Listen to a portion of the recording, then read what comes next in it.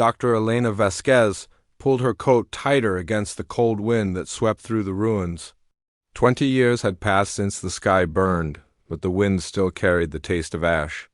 She walked carefully over the broken concrete, her boots, making soft sounds on the debris that covered what used to be the streets of Geneva. Behind her, 3 other people followed.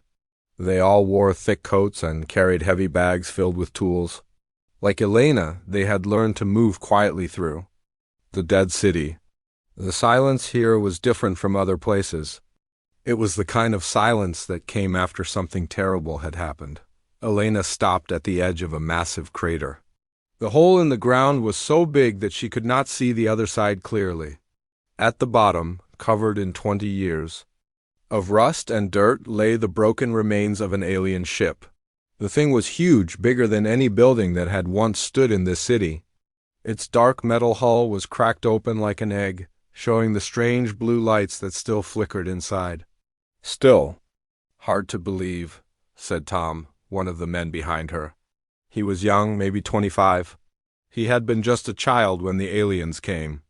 "Something that big, falling from the sky?" Elena nodded but did not speak. She remembered that day very well. She had been working in her lab at the university when the first reports came in.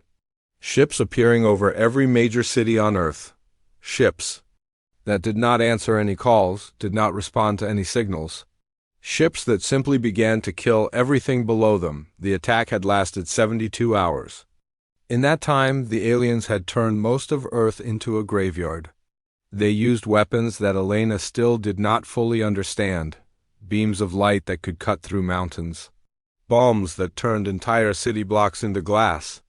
Machines that ate metal and concrete like hungry animals, but the aliens had not expected humans to fight back so hard.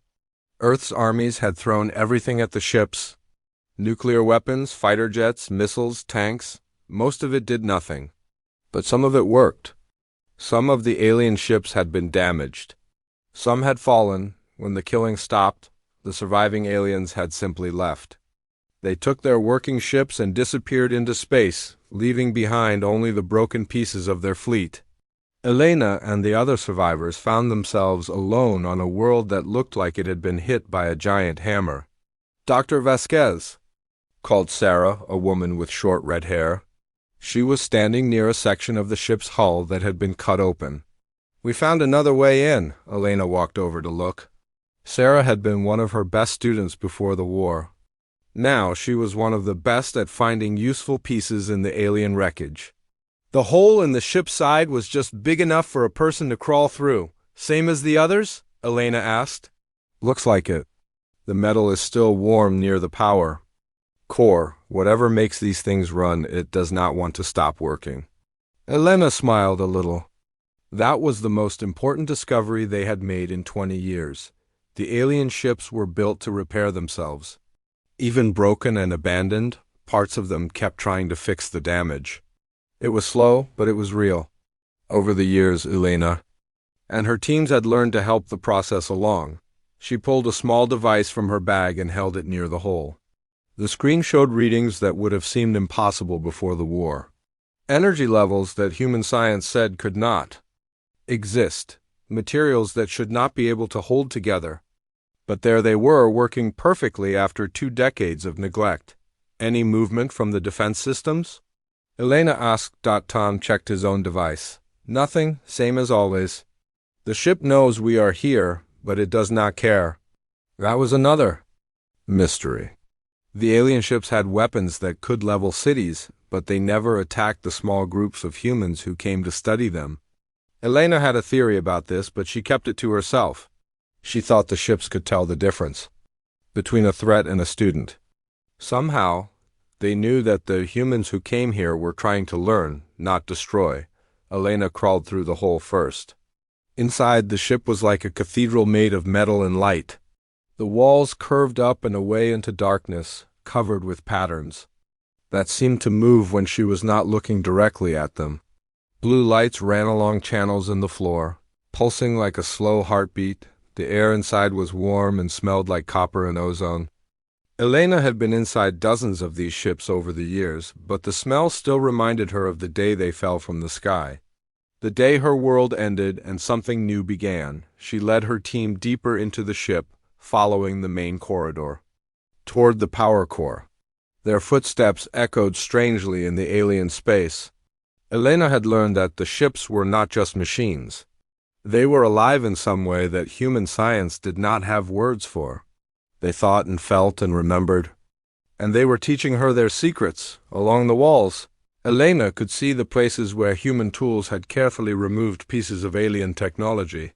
Other teams had been here before, taking samples back to the underground laboratories. There, human engineers worked day and night to understand how the alien devices worked. Slowly, piece by piece, they were learning to build their own versions. "Dr. Vasquez," Sarah whispered. She was pointing at a section of wall that glowed brighter than the rest. "This is new." Elena moved closer to look. The wall showed patterns of light that shifted and changed like a living thing. She had seen this before in other ships. It usually meant the ship was trying to communicate something important. She placed her hand on the warm metal surface. The lights under her palm grew brighter, and suddenly her mind was filled with images. She saw the aliens who had built this ship, tall figures made of crystal and light. She saw their homeworld, a place of floating cities and singing mountains. She saw their fear when they realized that the small blue world they had chosen to destroy was fighting back harder than anything they had ever encountered. The images faded, leaving Elena breathing hard. The ship had shown her something it had never revealed before. The aliens had not left Earth because they were finished with their killing. They had left because they were afraid. Afraid that the humans might learn to use their own weapons against them. Elena smiled as she understood. The aliens had made a terrible mistake. They had left their broken ships behind, thinking them worthless. But humans were very good at fixing broken things. Very good at learning from their enemies.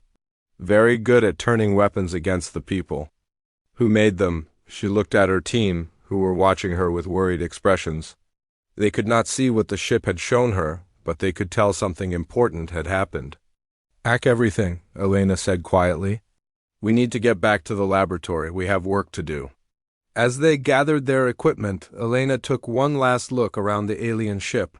20 years ago, it had been part of a fleet that destroyed her world. Now it was teaching her how to build a new one. A world where humans would never again be, helpless against the monsters that lived among the stars. The ship's lights pulsed gently as they left, almost like it was saying goodbye. Elena smiled and patted the wall near the exit. Soon, she thought. Soon they would be ready to show the galaxy what humans could do when they put their minds to it. The wind was still cold when they emerged from the crater, but Elena no longer felt the chill. She was too busy thinking about the future. A future where the wreckage around her would become something the aliens who made it would learn to fear. Commander Marcus Chen stood in the main training hall, watching 50 young people practice with weapons that should not exist. The hall was carved out of solid rock, deep beneath what used to be New York City. The only light came from alien crystals mounted in the walls. Casting everything in a soft blue glow, the students moved in perfect formation, their feet silent on the metal floor. Each one carried a rifle that looked like it had been built by 2 different species. The stock and trigger were human-made, simple and practical. But the barrel and power core came from alien ships, sleek and deadly. When fired, these weapons could punch holes through tank armor. Marcus remembered when he was their age. He had been 22 when the aliens came. A fresh lieutenant in the army, he had watched those same alien weapons destroy his unit, his base, his entire world. Now he was teaching children to use those weapons like they were born to them. "Faster," called out Instructor Park from across the room. She was working with a group of 15-year-olds who were learning to field strip alien power cores. "The enemy will not wait for you to figure out which wire connects to what." Marcus smiled at that. Instructor Park had lost her right arm to alien fire, but she could still take apart alien technology faster than anyone else in the academy. The students loved her because she never made excuses for them. In her class you learned or you failed. There was no middle ground. The academy had been Marcus's idea, though he sometimes wondered if it had been a good one. After the war ended and the survivors started to organize, everyone wanted to build defenses. Walls and bunkers and missile silos. Marcus had argued for something different. He said they needed to build people who could think like their enemies. The other survivors had thought he was crazy. Why teach children to use alien weapons? Why not focus on human technology, human strengths?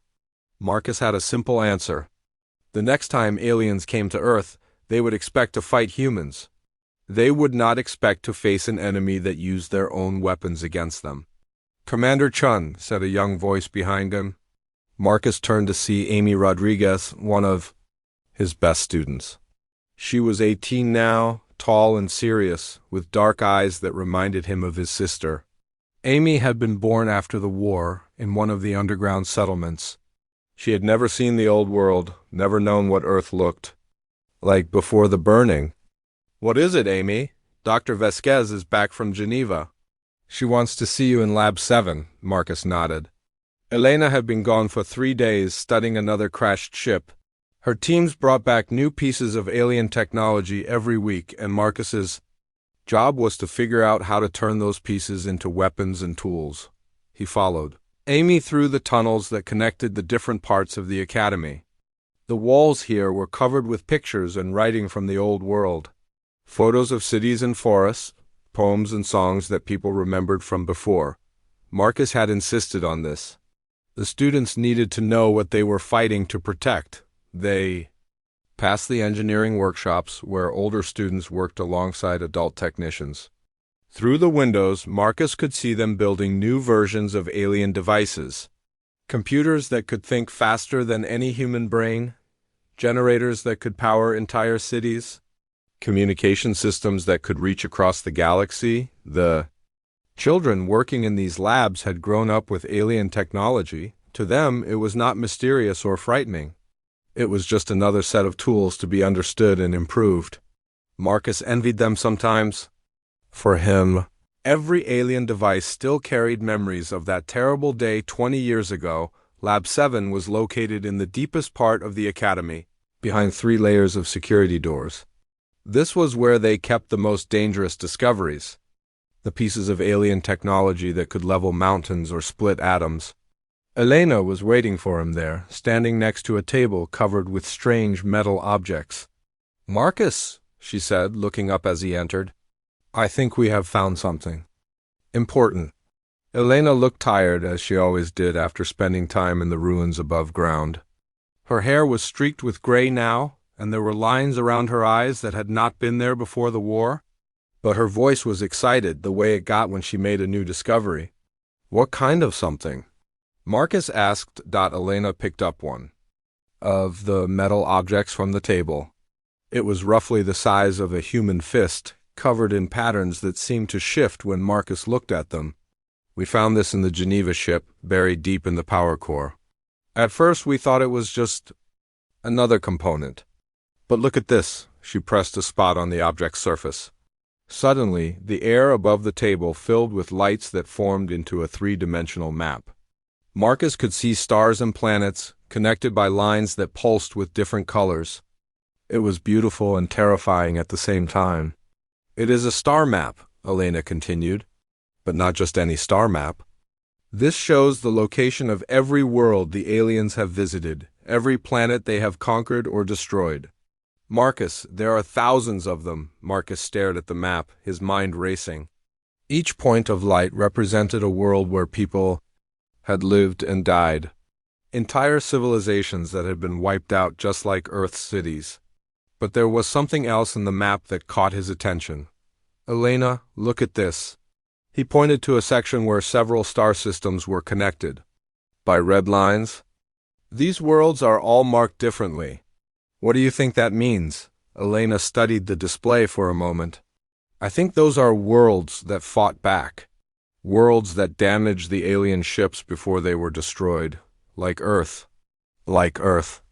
"But Marcus, look at the dates on these markers. Some of these battles happened hundreds of years ago.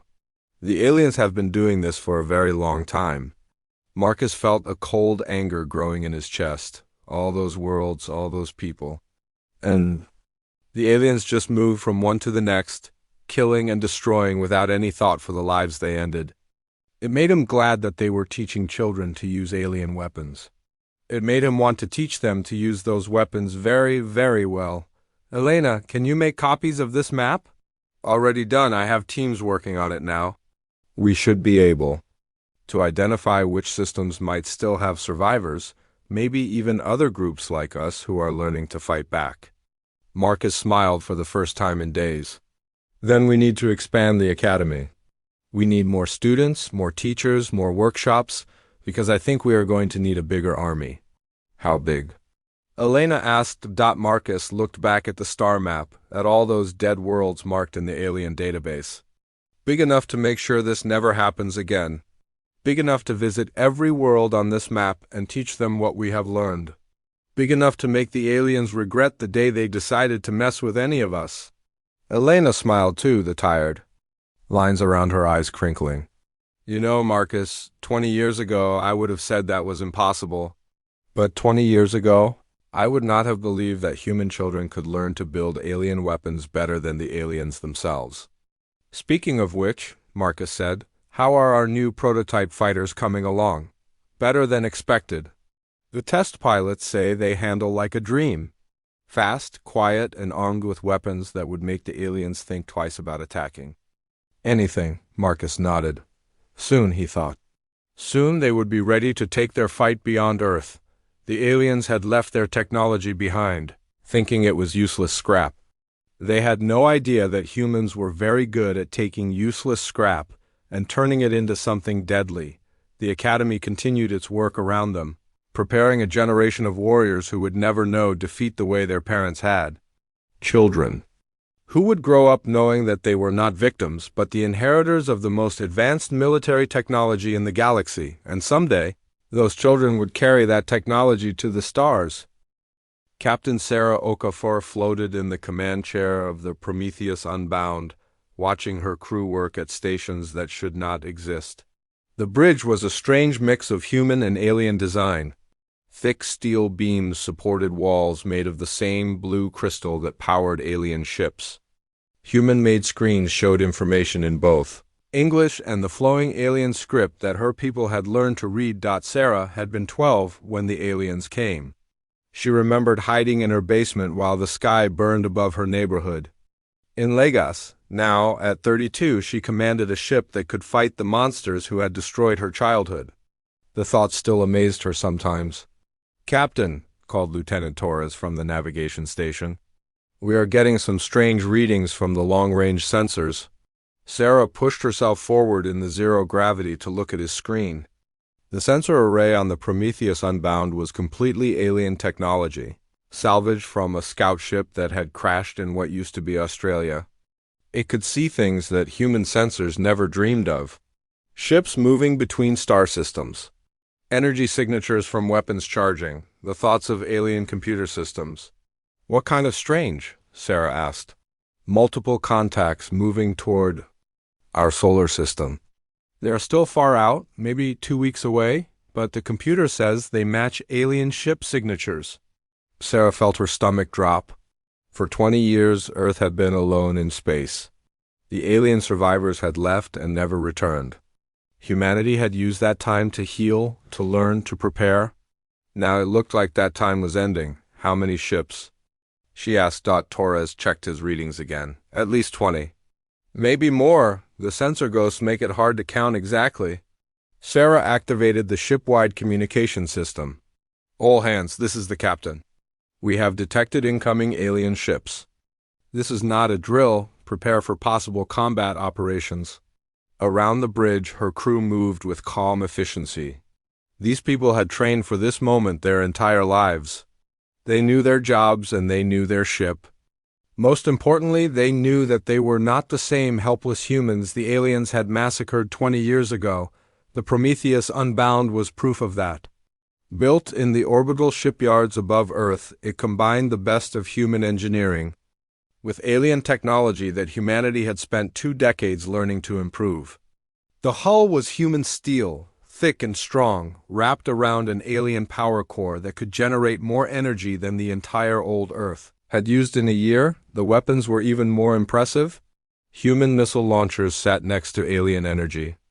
Cannons, point defense systems that could track 1,000 targets at once, protected the ship from attack.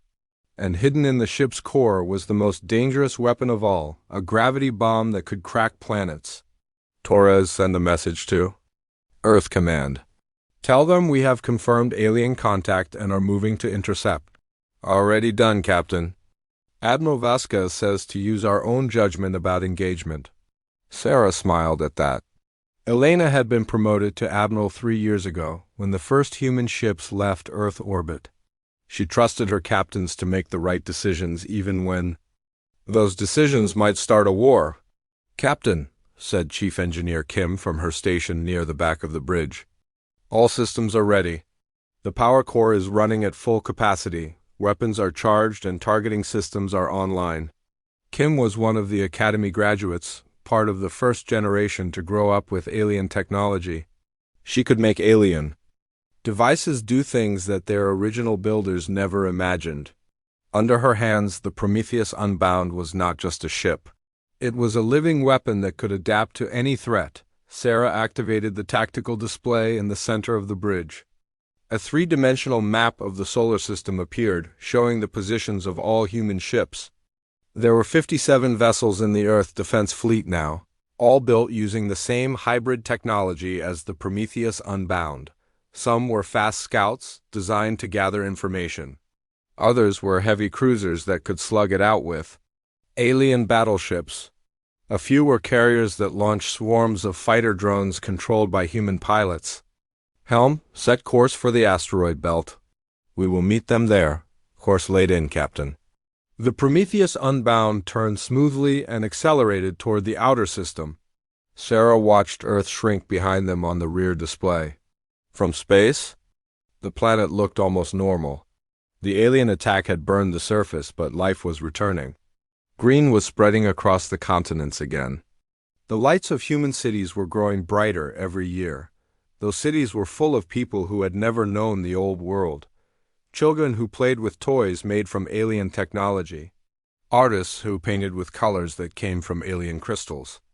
Scientists who solved problems using alien mathematics. Humanity was not just rebuilding, it was becoming something new. Captain, we are receiving a transmission from the alien fleet. Sarah was surprised. The aliens had never tried to communicate. During their first attack, they had simply started killing and did not stop until they left. Put it on the main screen. The display filled with the image of an alien commander. Sarah had seen pictures of the creatures before, taken from the ships that crashed on Earth. This one was tall and thin, made of what looked like living crystal. Its face had no features that Sarah could recognize as eyes or mouth, but somehow she knew it was looking directly at her dot when it spoke. The words came through the ship's translation system in perfect English. The Academy linguists had spent years learning the alien language from the computer systems in the wrecked ships. Human. Vessel, the alien said, you will surrender immediately. Your species was marked for extinction. You should not exist. Sarah stood up in the center of the bridge, making sure the alien could see her clearly. This is Captain Sarah Okafor of the Earthship Prometheus Unbound.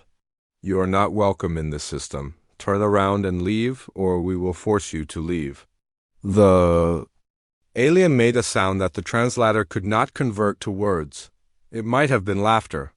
You threaten us with our own technology? You are using stolen weapons that you do not understand. We will destroy you and finish what we started 20 years ago. You are welcome to try, Sarah said, but I should warn you. We understand your technology better than you think. In fact, we have made some improvements. She cut the transmission and turned to her crew. All stations, prepare for combat. They want to finish what they started. Let us show them how that is going to work out for them. The alien fleet was still days away, but Sarah could already see them on the long-range display. 23 ships, moving in the same formation that human analysts had studied in the Academy archives. The aliens had not changed their tactics in 20 years. They still thought they were fighting the same helpless humans they had destroyed before. That was going to be their first mistake. Sarah opened a channel to the rest of the human fleet. All ships, this is Prometheus Unbound. The aliens are coming back to finish their work. They think we are still the same species they left behind. They think our weapons are still inferior to theirs. They think we are still afraid. She paused, looking around at her crew. These people had been born in the ruins of the old world.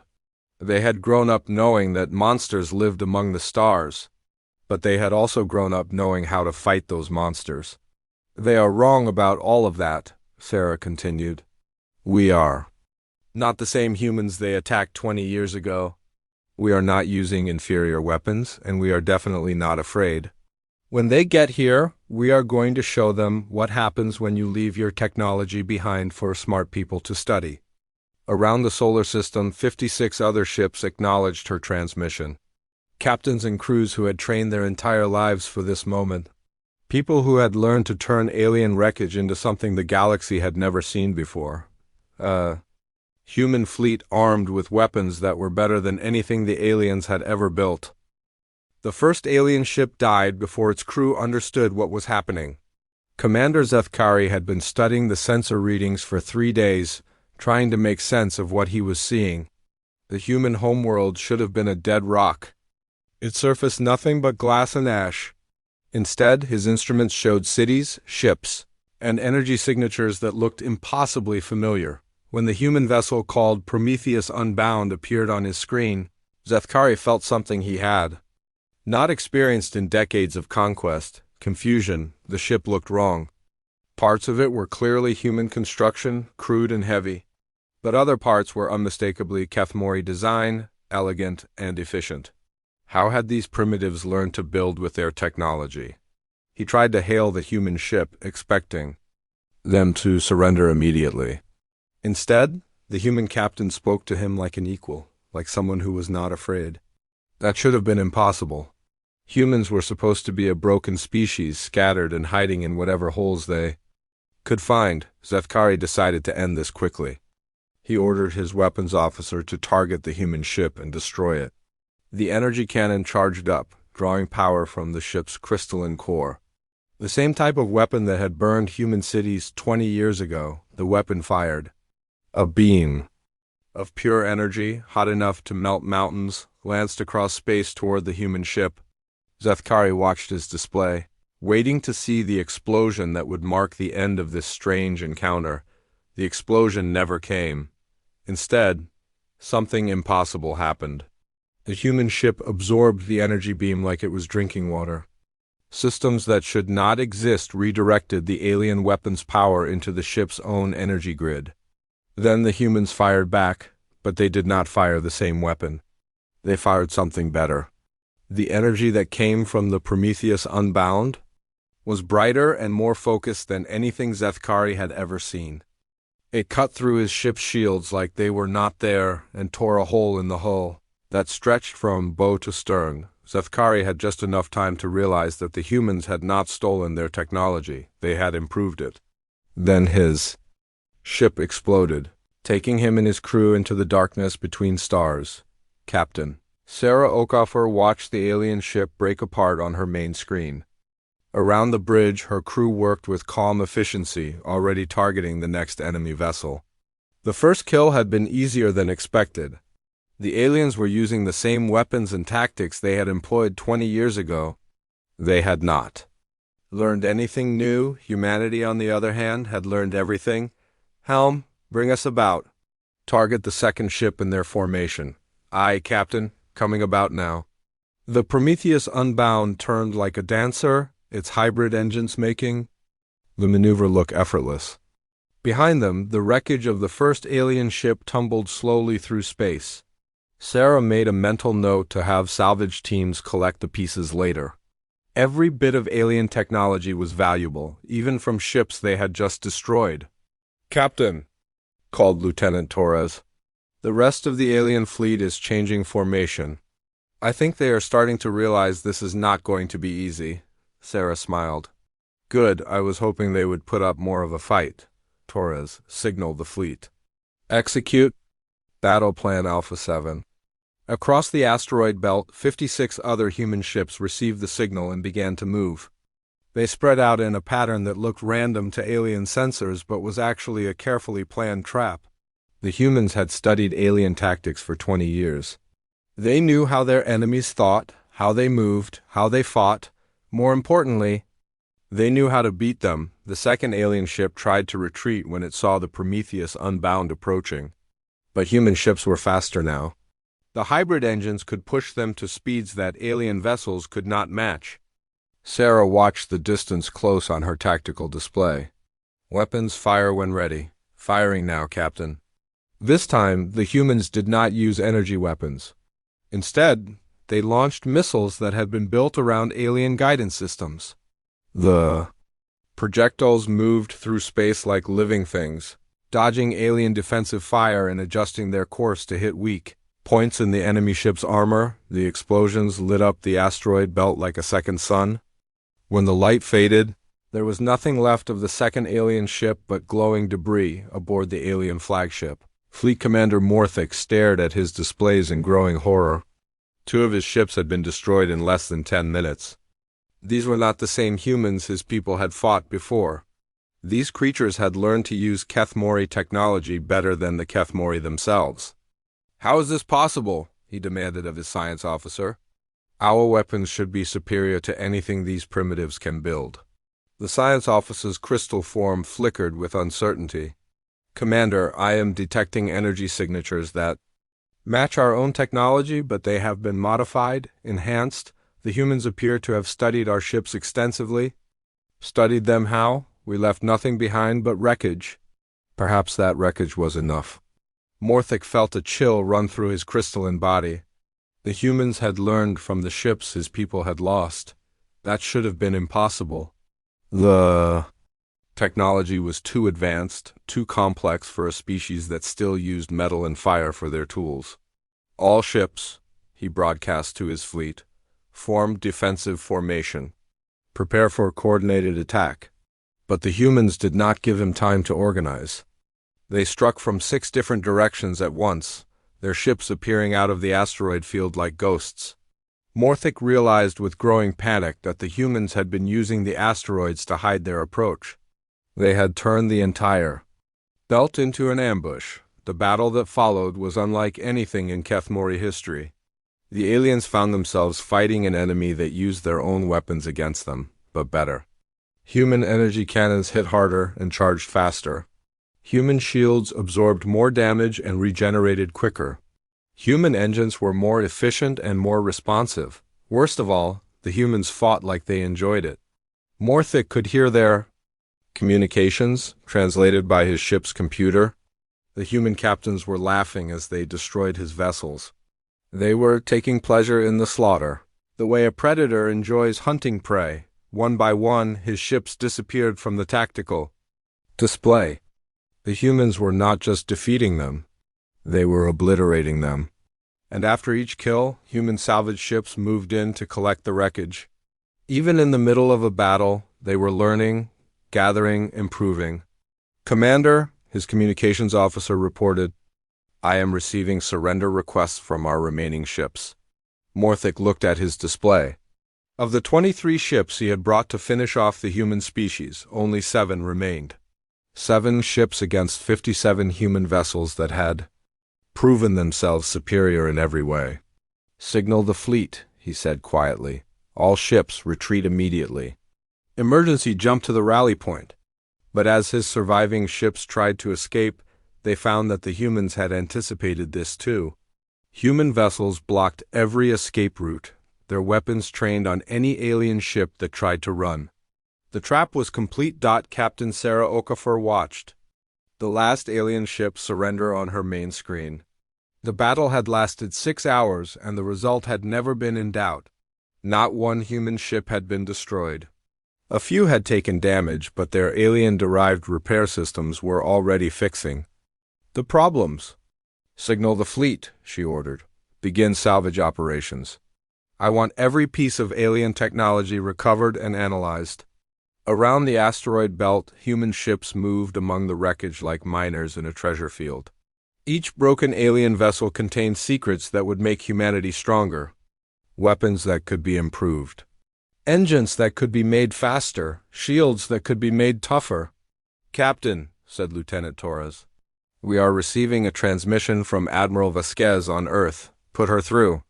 Elena's face appeared on the main screen, her expression serious but pleased. "Sarah, congratulations on your victory. How many did we lose?" "None, Admiral. No human ships destroyed, minimal casualties."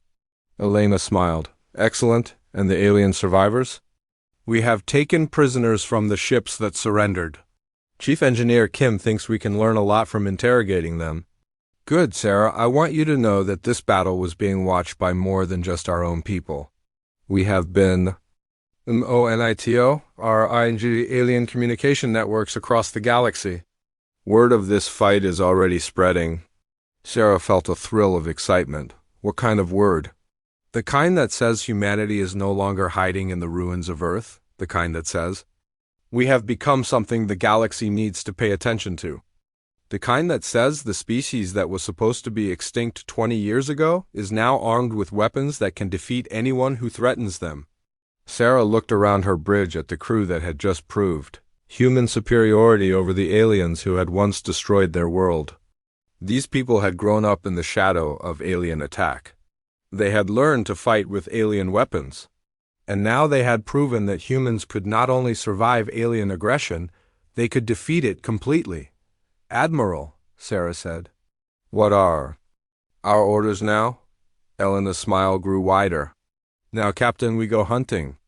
There are a lot of alien worlds out there that need to learn what happens when you try to exterminate humanity." Admiral Elena Vasquez stood on the bridge of the Geneva's Revenge, watching the last Kethmori fortress burn in the darkness of space. 2 years had passed since the first alien ships returned to Earth. 2 years of hunting, fighting, and winning. Now the war was almost over, and humanity had become something the galaxy had never seen before. The Geneva's Revenge was built from the same alien dreadnought that had destroyed Elena's home city 22 years ago. Human engineers had spent months carefully taking apart the crashed ship and rebuilding it into something better.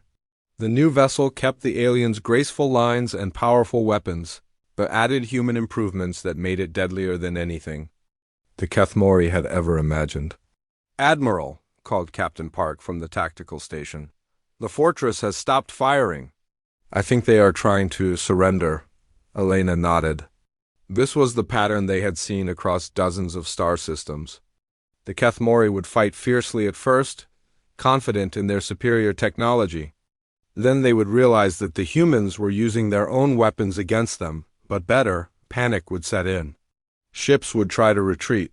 Finally, the survivors would surrender rather than face complete destruction. "Open a channel to the fortress commander." The main screen filled with the image of a Kethmori officer. Like all of his species, he was tall and thin, made of living crystal that flickered with inner light. But this one's light was dim, the color of defeat and despair.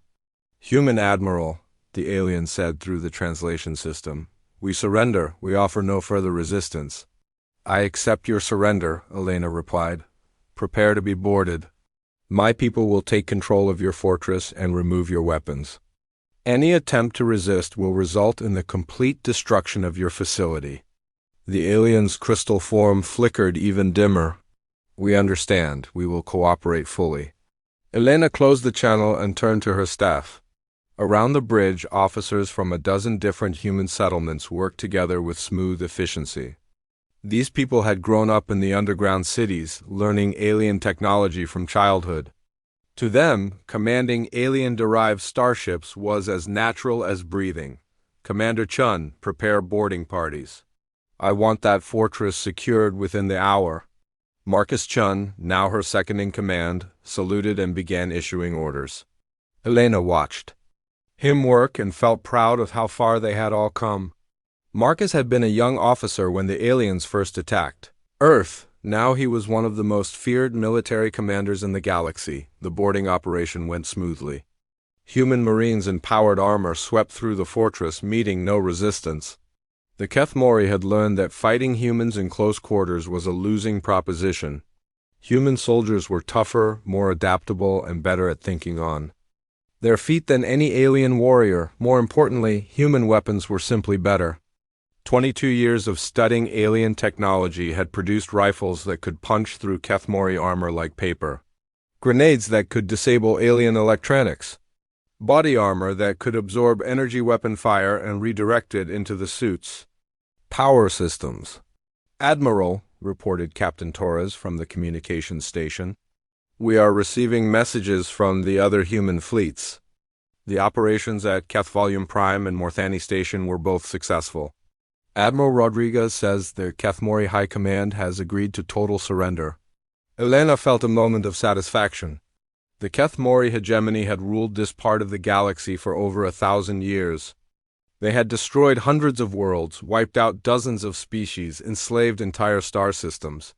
Now their empire was broken, their fleet scattered, their leaders begging for mercy. "What about the other species?" Elena asked. "The ones the Kethmori conquered? They are asking to meet with us. Representatives from the Veltar Republic, the Zephyrian Collective, and the Free Worlds Alliance all want to discuss forming an alliance with humanity." Elena smiled. This was the part of the plan that excited her most. Destroying the Kethmori had been necessary, but it was not the end goal. Humanity had learned something important from studying alien technology. The galaxy was full of species that could accomplish amazing things when they worked together. The problem had been that the Kethmori prevented cooperation by conquering or destroying anyone who tried. With the Kethmori gone, that was about to change. "Schedule meetings with all of them," Elena ordered. "We have a lot to discuss." 3 days later, Elena stood in the main conference room of the Geneva's Revenge, looking at representatives from 17 different alien species. They were a diverse group. Some looked almost human, while others were so strange that Elena needed computer assistance to figure out which end was which. But they all had one thing in common. They had all suffered under Kethmori rule, and they all wanted to make sure it never happened again. "Friends," Elena began, using the universal translator to speak to all of them at once. 22 years ago, my species was nearly destroyed by the Kethmori hegemony. We survived because they made a mistake. They left their technology behind, thinking it was worthless wreckage. We proved them wrong." The aliens listened carefully as Elena told the story of humanity's rise from the ashes, how human children had learned to build weapons from alien debris, how human engineers had improved on technology that was supposedly perfect, how human warriors had turned the Kethmori's own weapons against them. "Now," Elena continued, "we offer to share what we have learned, not as conquerors but as partners. The Kethmori ruled through fear and domination. We propose to build something different. A confederation of free worlds working together for mutual protection and prosperity." The representative from the Veltar Republic, a blue-skinned humanoid with 6 arms, raised one hand. "Admiral Vasquez, why should we trust you? You have proven that human military technology is superior to anything we possess. What stops you from simply taking over where the Kethmori left off?" Elena had expected this question. "Because that is not who we are. Humans know what it is like to be the victim of a superior military force. We will never inflict that suffering on others. Besides, we do not want to rule the galaxy, we want to protect it." Another alien, this one resembling a giant insect, clicked its mandibles in what Elena hoped was agreement. "The human military defeats are impressive. But what can you offer us beyond protection?" Elena smiled and activated a holographic display in the center of the room. Everything the Kethmori tried to suppress. Technology sharing, scientific cooperation, cultural exchange, trade agreements that benefit everyone involved. The Kethmori kept their subject worlds isolated and dependent. We propose the opposite. A network of connected worlds, each contributing their unique strengths to the whole. The aliens spent hours discussing the proposal among themselves in languages that the translator could not handle. Elena waited patiently. This was too important to rush.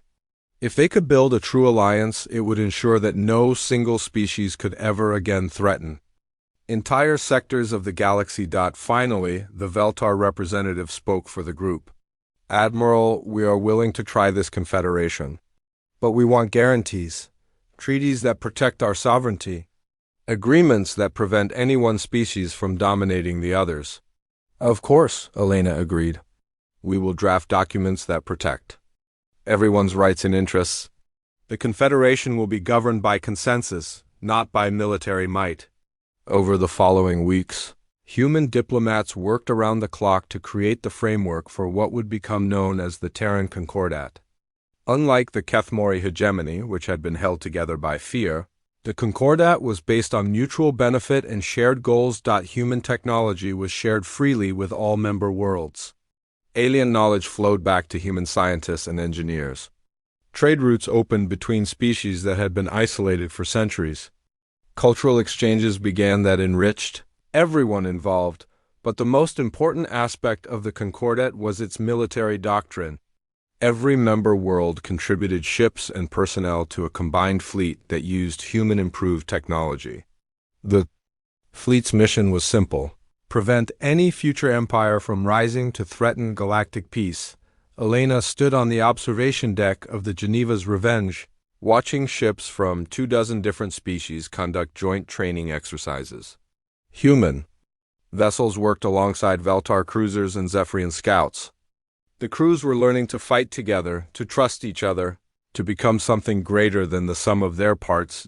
It reminded her of the early days after the Kethmori attack, when human survivors had worked together to build something from the wreckage of their civilization. Now they were doing the same thing on a galactic scale, building a new order from the debris of the old empire. "Admiral," said Marcus, joining her at the observation window. "The council is ready for your address." Elena nodded. Today she would speak to representatives from 47 worlds, all of them united under the banner of the Terran Concordat. It was a far cry from the underground academy where human children had first learned to use alien weapons. "Marcus," she said as they walked toward the communications center, "do you ever think about what the Kethmori would say if they could see this? Their enemies using their own technology to build something they tried to prevent." Marcus smiled. "I think they would finally understand their biggest mistake."